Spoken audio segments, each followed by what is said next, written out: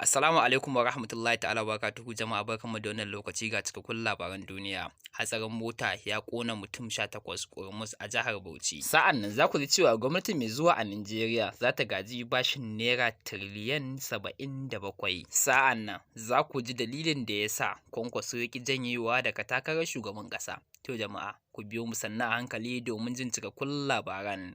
Rabi'u Musa Kwankwaso, shugaban jam'iyyar NNPP kuma ɗan takarar mulkin shugaban ƙasa a babban zaben da ke tafe na watan Fabrairu, ya tattauna da BBC kan wasu muhimman batutuwa, ciki har da dalilin da ya sa ya ƙi mara wa Peter Obi ɗan takarar muƙamin shugaban ƙasa na jam'iyyar Labour baya. Kwankwaso ya ce, "Na fi Mr. Obi ƙwarewa, na yi ayyuka iri-iri na ayyukan gwamnati a shekara 17, shi kuma bai yi ba. Na zama mataimakin kakakin majalisa, shi kuma bai yi ba, ko iliminmu ma idan ka haɗa za ka ga ba ɗaya ba ne ba."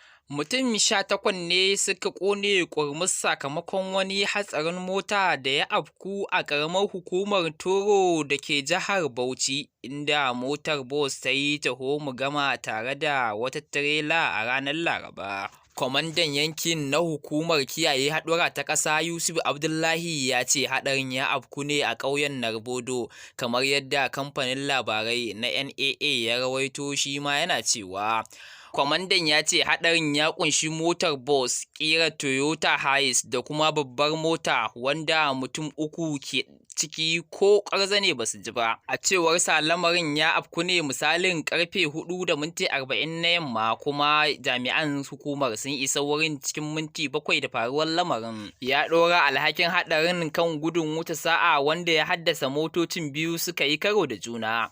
Mutum 21 ne haɗarin ya ritsa da su, akwai manya 18 da yara 3, 8 ɗin suna cikin bus ɗin, kuma sun ƙone ƙurmus bayan ta kama da wuta sakamakon karo da ta yi da tirela, in ji shi.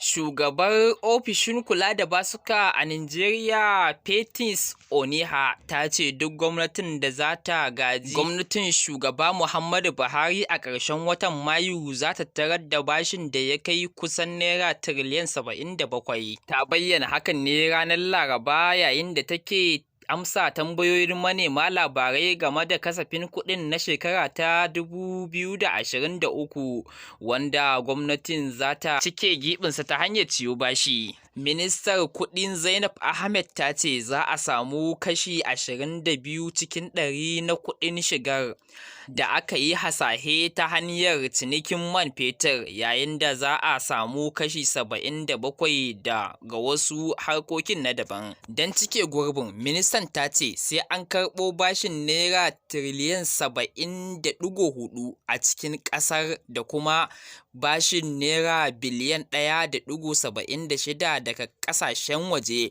Hakan nan za a karɓo biliyan 1.77 daga ƙungiyoyin ƙasa da ƙasa, da kuma sayar da kadarorin gwamnati da za su samar da naira biliyan 206.